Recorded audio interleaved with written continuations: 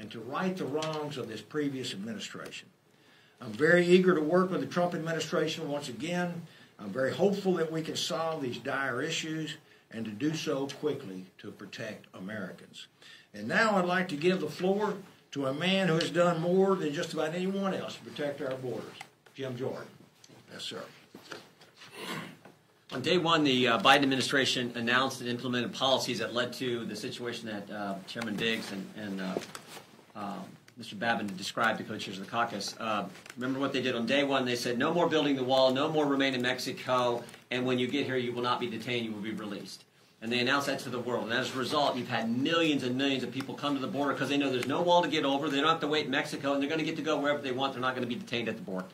That's the thing. Those are the things that have to change, and that's exactly what's going to happen in 34 days when President Trump, Tom Homan, and their team take over. The other thing we got to do is pass again the good legislation we passed a year and a half ago, led by the chairman of the subcommittee on immigration on judiciary, Tom McClintock. We need to pass that legislation. We've talked to Leader Scalise.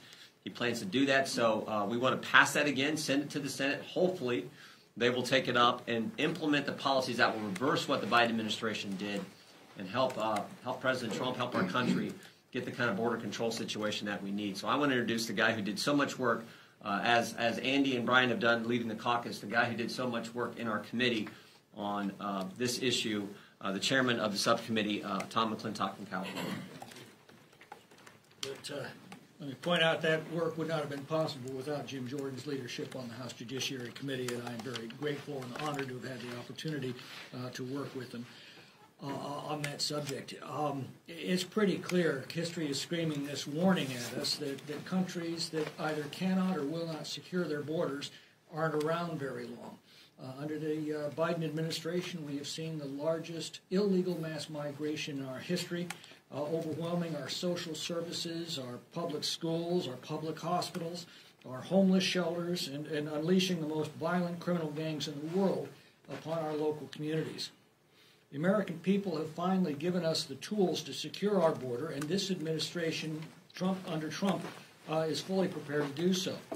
President Trump proved that simply enforcing laws can produce secure borders, but President Biden proved that a president intent on leaving our borders wide open can do so as well. In the next session, our first priority has got to be to enact H.R. 2 to assure that future presidents cannot subvert the law, as Biden has, and then to sanction sanctuary jurisdictions that are protecting criminal illegal aliens from deportation, and then to provide the measures the incoming administration requests to assure this tragedy never threatens our communities again. This border caucus has been a tireless and influential advocate for these policies. It's an honor to have been part of their work, and I personally want to thank Andy Biggs and Brian Babin for their leadership. They have done so many border tours for our members that have opened the eyes of a lot of our colleagues over the threat that this situation presents our country. And now it's my pleasure to introduce Representative Eric Burleson from Missouri, who is not here. So next on the list is Representative Kevin Hearn of Oklahoma. I think I've introduced you. Oh. Go ahead, Bob. Go ahead. I'm doing my Eric Burleson invitation. Congressman Bob Good from Virginia. Thank you to Andy Biggs, Chairman and Co-Chairman Brian Babin, for leading this all-important issue, this all-important press conference to discuss it. We all know the numbers. The Biden administration has helped well over 12, 13 million illegals to invade our country over the past 4 years. Some 2, 3 million of which are known gotaways, those who don't surrender for all the free stuff that Mr. McClintock was talking about. These are the ones with the criminal ties and the terrorist backgrounds and the ones trafficking all the terrible things into our country. We know of hundreds of thousands of felons who are here illegally. And this has all been done on purpose by the Biden administration. Democrats believe that everybody around the world, the 7 billion people who don't live in the United States, have the right to come here with no limit, legally or illegally. Now that the border will begin to be sealed come January 20, we're going to find out who's here. When their accomplices can no longer stream unrestricted across the border, sadly, we're going to find out who's here. That's why Tom Homan's determination on the direction of President Trump to have this massive deportation is so important. That's why it's so criminal, literally, for these mayors and these governors, these Democrats who are saying, we're going to resist. We hate the country so much, and we love these illegal aliens more than American citizens so much, we're going to do everything we can to resist that. And while Republicans, sadly and unfortunately, the last 2 years have refused to defund Mayorkas' border invasion and literally gave him a $3 billion raise in the CR this past spring, hopefully Republicans will show a willingness to actually do what we say and defund these sanctuary cities and states. So thank you to my colleagues for standing strong on this issue. This is a critically important issue. Thank you again to Chairman Biggs and Babin for leading this. And now I will introduce the great Kevin Hearn from Oklahoma. 10 million illegal immigrants. And no, that's not a headline, that's a failure. Since Biden took office at our southern border alone, there have been 8.2 million encounters and worse, 2 million known gotaways. Slipped past Border Patrol and disappeared into our communities. That's more gotaways than the entire previous decade combined. Every day we wait, more lives are lost to fentanyl flooding across our southern border. Under President Biden, over 200,000 Americans have died. Think about that. 200,000 Americans have died because of his failed border policy, and more than twice the number that died in Vietnam. This has got to end, and it will on January 20th. The American people are fed up. They outright rejected Joe Biden's failed America Last agenda, but instead of listening, Biden doubled down. He's not just ignoring the crisis, he's selling off pieces of the border wall, as you all have been reading. I tell you this, that wall will be back in action on day one under President Trump when he returns to office. It will serve as a deterrent. It was meant to be because it works and the American people demanded it. The border crisis didn't happen by accident. It's a direct result of Joe Biden's actions. On that day, he dismantled every single border security measure that President Trump put into place, and the consequences have been devastating. For 4 years, Joe Biden put America last. He put your safety last. He put the border last. And when he came together and passed H.R. 2, the strongest border security bill this country has ever seen, Biden ignored it. He refused to act. Kamala Harris, that famous border czar, even said on national television that she wouldn't change a single thing. But here's the truth. Joe Biden created the crisis. No matter how much he pretends to care, he caused the mess we see. President Trump has promised to fix the crisis, and we know he can because he did it before. When Donald Trump is back in the White House on January 20th, America will have a secure border again. The American people are ready. It's time to put America first, because if not America first, then where do you want America to be? And end this chaos once and for all. We have 33 days until sanity is restored to the White House. I look forward to working with President Trump and my colleagues to shut down the border, send illegals home, and restore safety and security to our nation. And now, the very famous Scott Perry. Very famous. Famous or infamous? Good morning, everybody. It's great to stand with my colleagues, and this is really a story of contrast.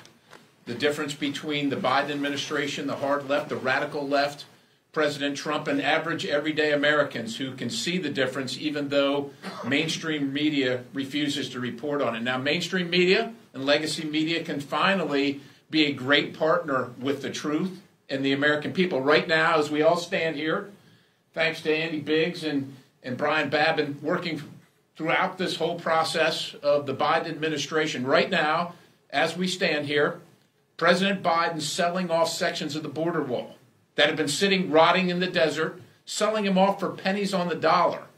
The contrast is that President Trump wants to secure the border, and just like you lock your home, and just like there's a wall or a fence around the White House, part of the security of that is making sure the wrong people don't just walk in.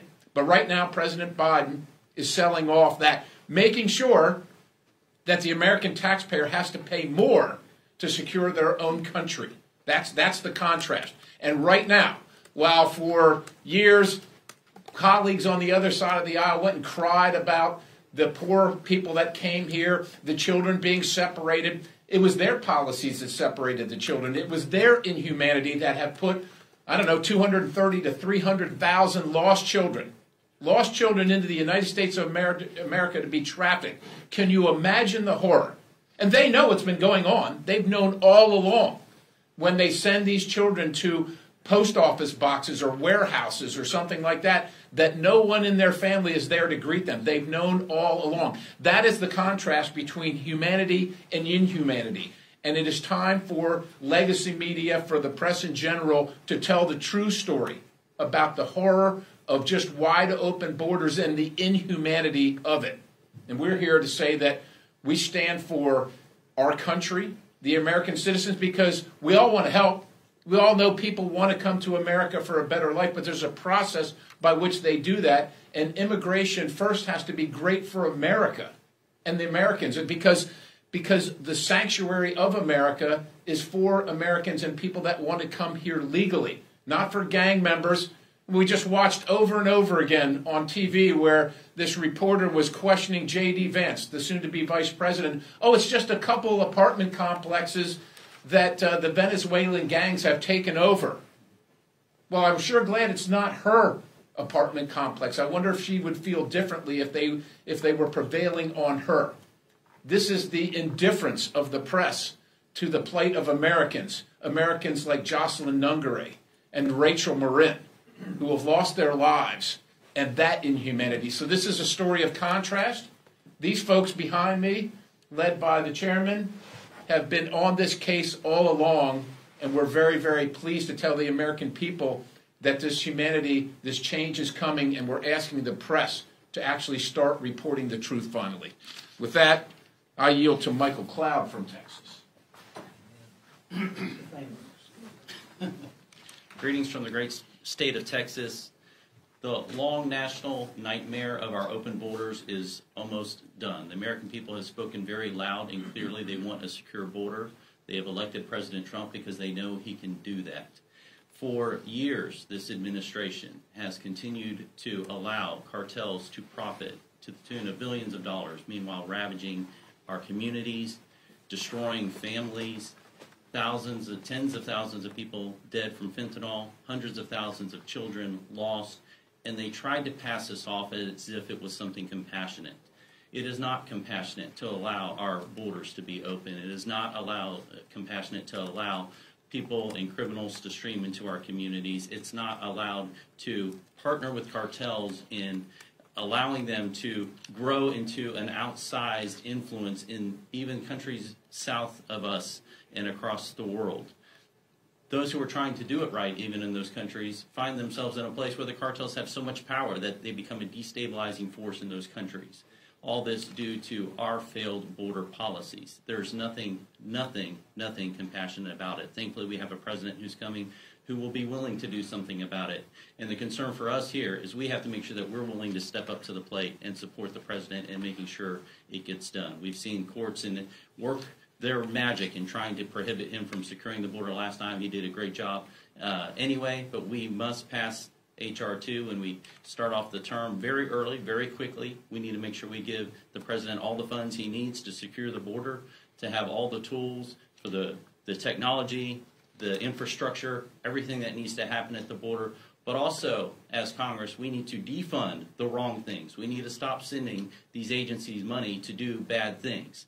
And that includes the magnet that continues to draw people here through wrong and illegal processes. So we will have to take the tough votes. We will have to do the job that's required of us in Congress. I encourage our colleagues to steel our spine toward the work that is ahead to make sure that we make good on the promise that we've given the American people. And thank you for being here. And I will, Ralph Norman from South Carolina. Thank you, Michael. You know, and as has been said, in 33 days, the nightmare will be over with. And I want to thank Congressman Biggs and Congressman Babin for leading, as well as everybody behind me. Folks, what's happened to this country, America did not bargain for. America did not bargain for letting crime invade our streets, to let the gangs come in. You know, you can't, I wondered a lot of times if it were Biden's daughter who got killed as Lakeland Riley did, how would his view change? Or if it were his son or daughter who aimlessly went in the country with no guardians. I'm the one that got a call with busloads of children coming in North Carolina and South Carolina, of young children, and coming in late at night, checking in, and leaving early in the morning, and when asked what they were doing, wouldn't say a word. If you count the number of children alone, which is over 500,000, that's 6 football stadiums of children, unaccompanied minors. But the evil that this has done to this country, and the cost that we're having to pay now, which is worthy. What I'm excited about is a man like Tom Homan, who will get the job done. What I'm excited about is the funding that's going to take place to stop this insanity. And what I'm excited about is the whole mood of the country is not putting up any longer with what's taken place this last 4 years. And to top it off, selling parts of the wall. All of us have been to the border. The panels are $5,000 and $10,000 a piece. Selling them for $5, as we've heard, is insanity and it's evil. So I'm excited about what President Trump will do. I'm excited about what people behind me will do, and it's going to be a new day in America. Thank you so much for coming. Amen. Now I call on Tom Tiffany. Morning, everybody.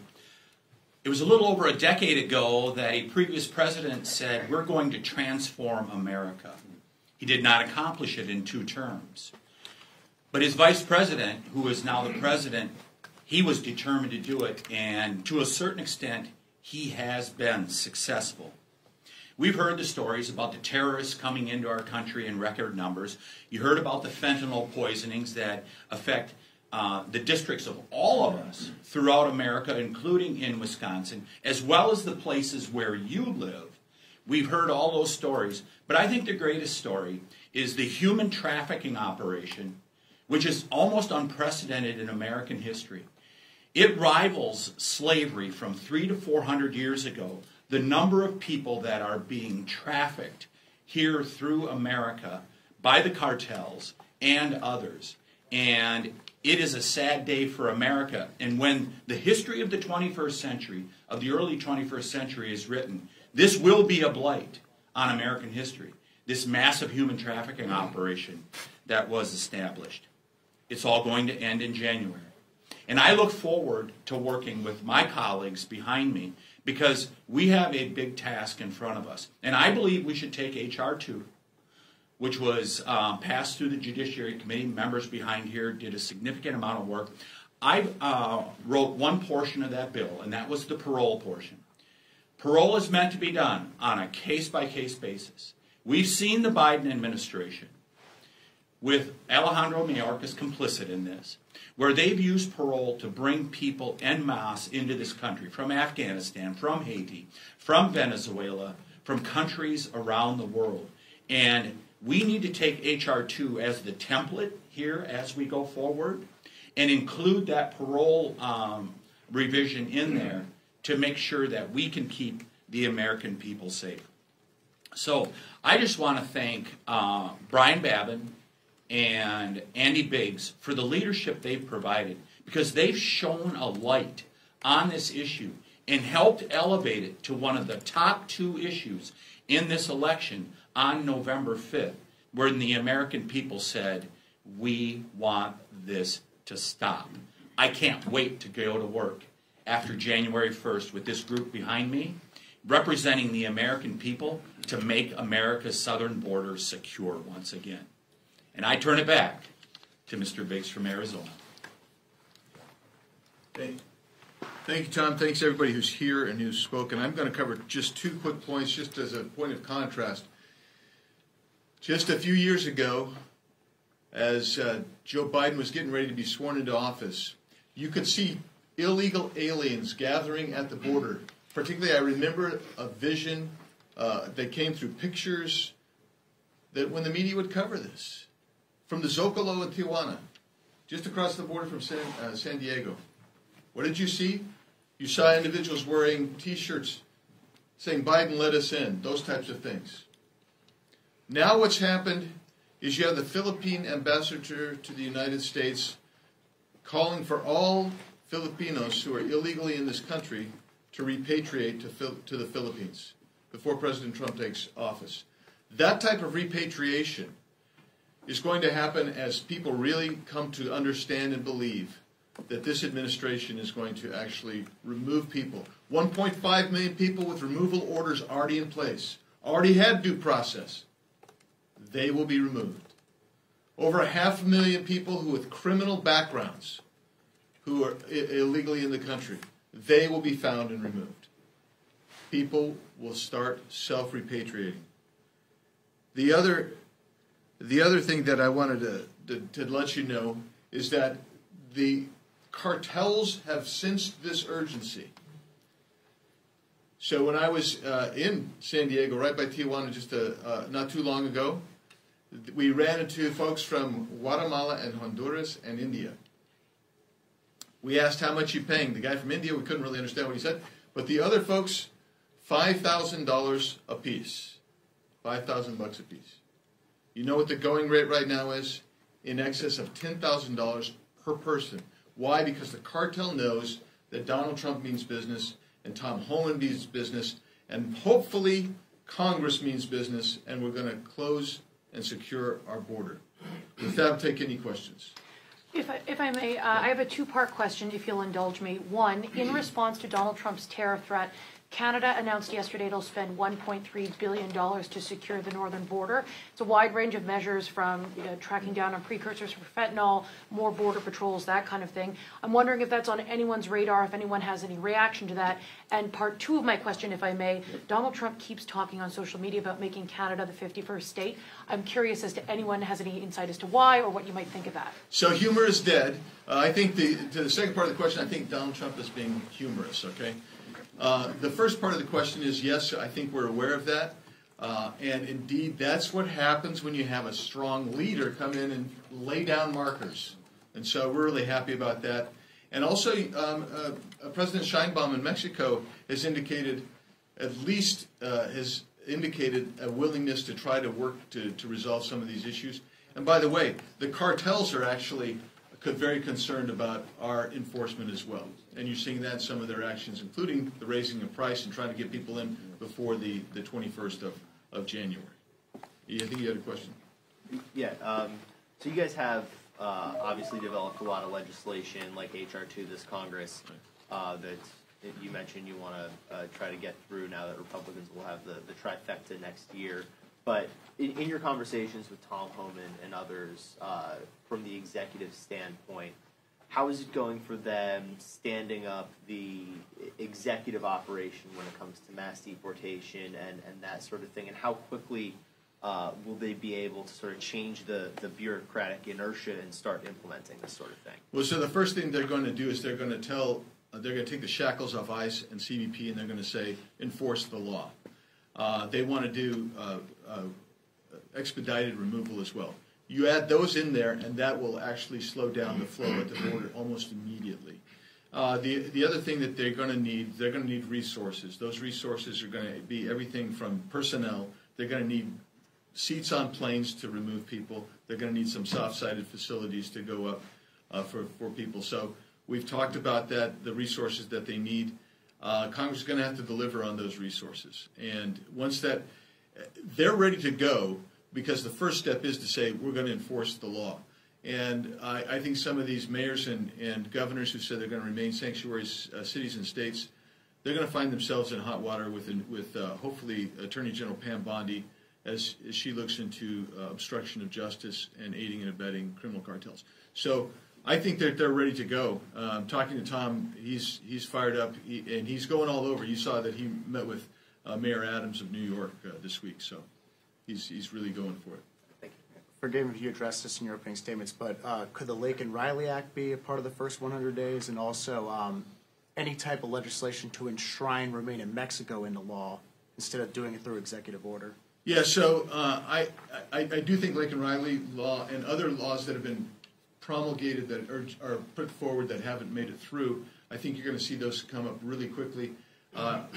There's a chance that a lot of those will come through in a reconciliation package. I would like to see some of them come forward independently, and I would hope that the senators, at least 7 of them who are in risky positions, would actually read the mandate from the public and vote for those.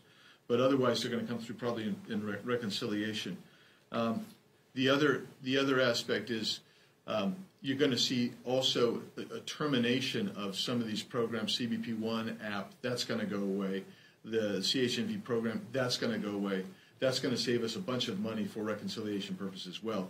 And then the final part of your question, which would be codification. We have to codify Remain in Mexico policy, but that's also going to require diplomacy with Mexico, and that's where having a strong leader like Donald Trump has already produced results in discussions that he's had with President Steinbaum, and I'm hoping that our relationship with Mexico is such that we can respect their sovereignty, but they'll respect our sovereignty, and they'll help us reenact the Remain in Mexico policy, but it needs to be codified in statute for sure. May I ask a follow-up if no one else has questions? Anybody want to? What do you guys think? Should we let her ask a follow-up? I'm just. Okay, yeah, all right. Thank you, I appreciate this. I'm curious, given the changes that Canada has made, I'm a reporter from a Canadian news outlet. Yeah. Do you think that's going to be enough to satisfy Donald Trump and Canada avoid the tariff threat? And how would you classify concerns that you might have about the northern border? So the northern border has been, we've seen more encounters in the northern border in the last year and a half than we've ever seen before, right? I mean, and then we've also seen increasing drug trafficking coming across and some human trafficking as well. So we've got to bring that to a close, just like we have to bring the southern border under control. You're asking me to read the mind of President Trump, and I will say that I support him, and he's doing a masterful job. He's an incredible leader. Will what Canada's doing be enough to prevent tariffs being imposed upon Canada? I don't know. I don't know if you guys have any insight on that, but I simply don't know. But I hope that, again, our relationship with Canada is a great trading partner with the United States and sits on our northern border, and we respect their sovereignty. Hopefully we can work together and respect each other's sovereignty and resolve this border crisis that's actually from the northern border states, border to the northern states as well. With that, thank you everybody for being here. Thank you all for my colleagues for being here, and we'll talk to you again. Thank you, sir.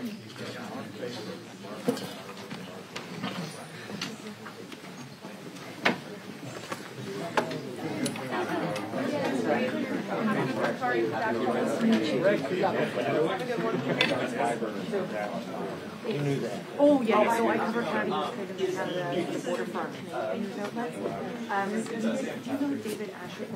David Asher?